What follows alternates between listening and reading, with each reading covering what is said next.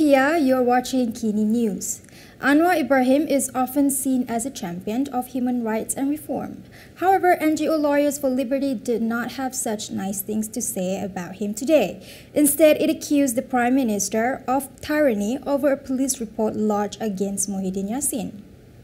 Appalling and undemocratic. Those are the words used by Lawyers for Liberty Director Zaid Malek to describe an action taken on behalf of Prime Minister Anwar Ibrahim.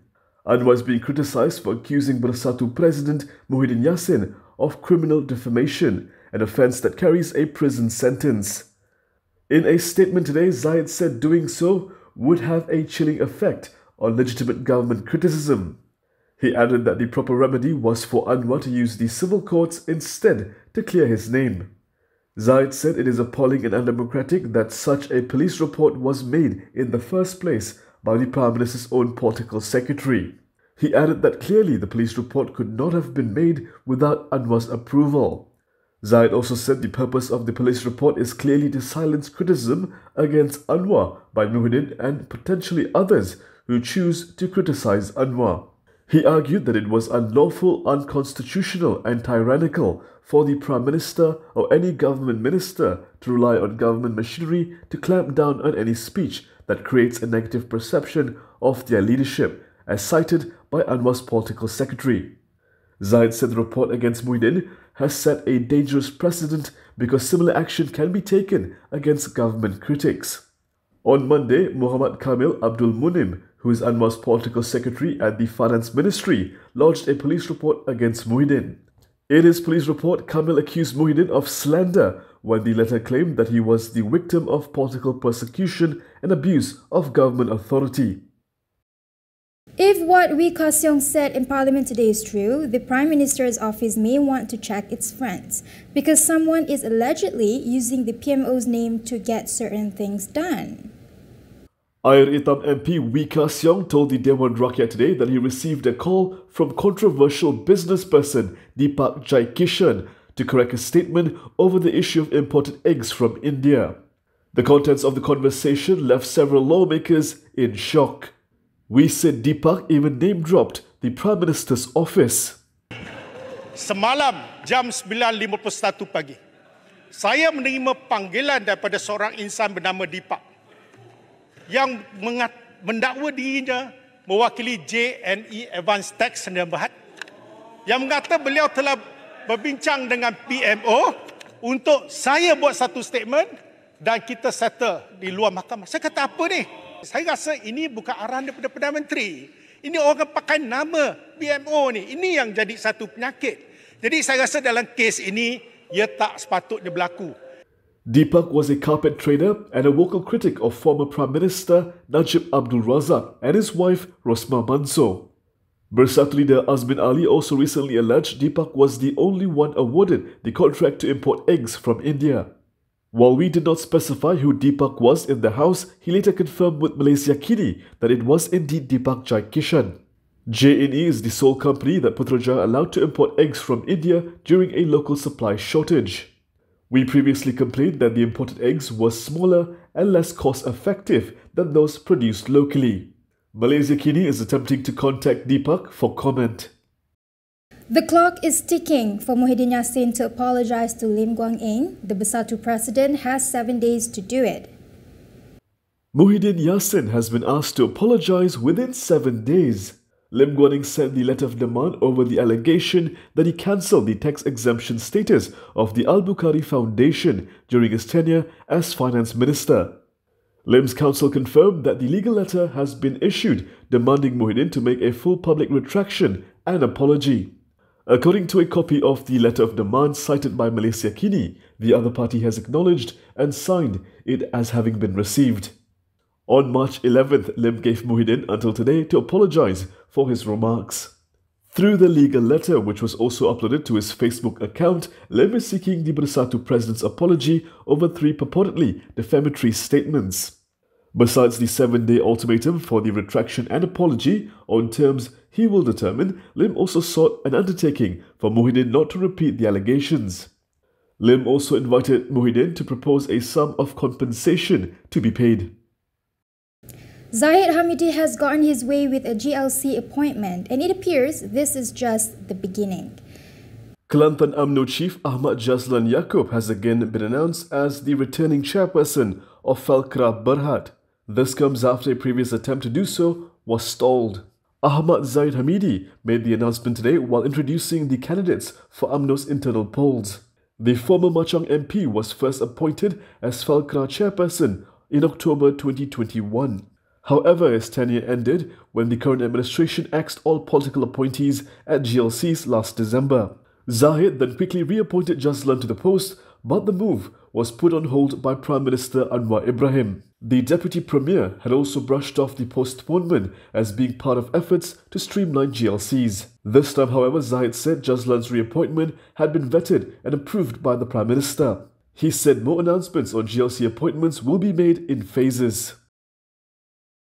PN appears to be intensifying its fighting against the LGBT lifestyle, with a past MP calling it's not human.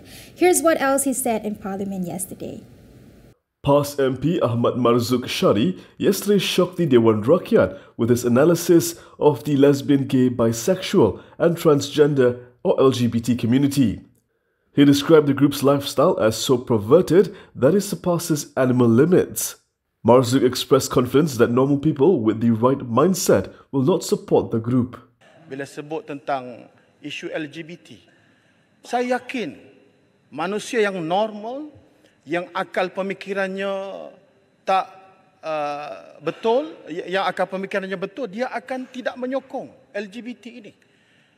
Kalau ada yang bercakap soal ini adalah merupakan human right, hak asasi manusia, ini bukan manusia. Perbuatan songsang seperti ini melepasi batasan kehaiwanan. Lembu jantan sama jantan takkan kahwin. Lembu betina dengan betina takkan kahwin. Itu haiwan. Ini kan pula manusia. The Pangkalan Shepherd MP pointed out that the previous PN government took the matter seriously and had formed a task force to solve the issue.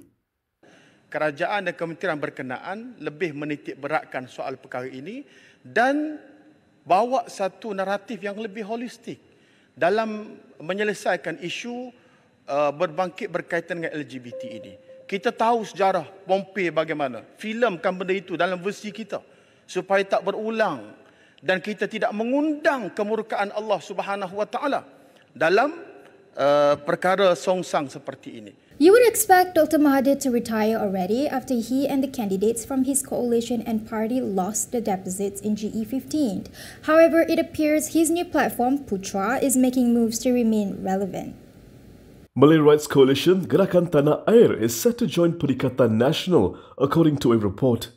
The move will make it the biggest Malay coalition in the country. GTA comprises Parti Bumi Putra Perkasa Malaysia, the Pan-Malaysian Islamic Front Berjasa and the National Indian Muslim Alliance Party, IMAN. Utusan Malaysia, quoting a source from GTA, said Putra will also undergo a change of name to GTA at the party's annual General Assembly next month and appoint Dr. Mahathir Mohamad as the president. The source said past President Abdul Hadi Awang recently held a closed-door meeting with Mahathir. The source added that their discussion was regarding the unity between GTA and PN as a catalyst for the rise of Malay political power ahead of GE16. According to the source further, GTA will not contest in the upcoming state elections and will support PN in the 6 states where the polls are set to be held. The source expressed hope that PN will garner Malay support in the state polls, as the current political sentiment is between the Malay PN or UMNO DAP scenario. Last month, Mahathir joined Putra as an advisor after leaving Pejuang, which he formed in 2020 after he was sacked from Bersatu following the Sheraton Move political coup. In G15, all candidates under GTA component parties, including Pejuang, lost their deposits. Speaking of Dr. Mahathir's coalition, that reminds me, we need to better protect our senior citizens, and the government has a plan. Malaysia is moving towards becoming an aging nation by 2030.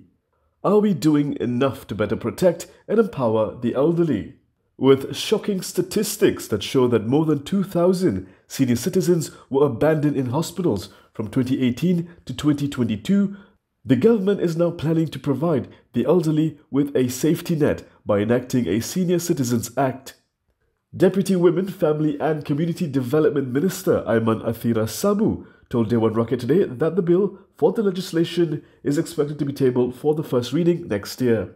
Dan Tuan Yang Dipertua, rang undang-undang warga emas disasarkan untuk bacaan kali pertama di Dewan Rakyat insya-Allah pada tahun 2024 tahun hadapan.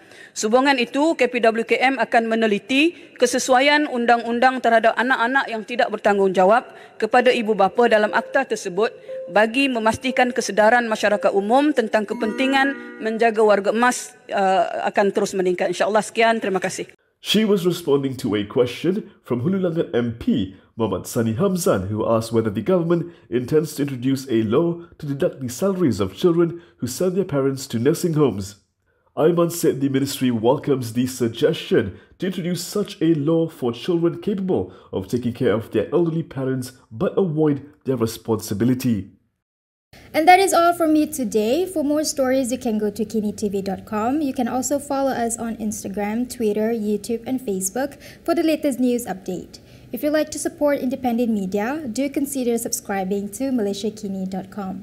I'm Pia. Thanks for watching.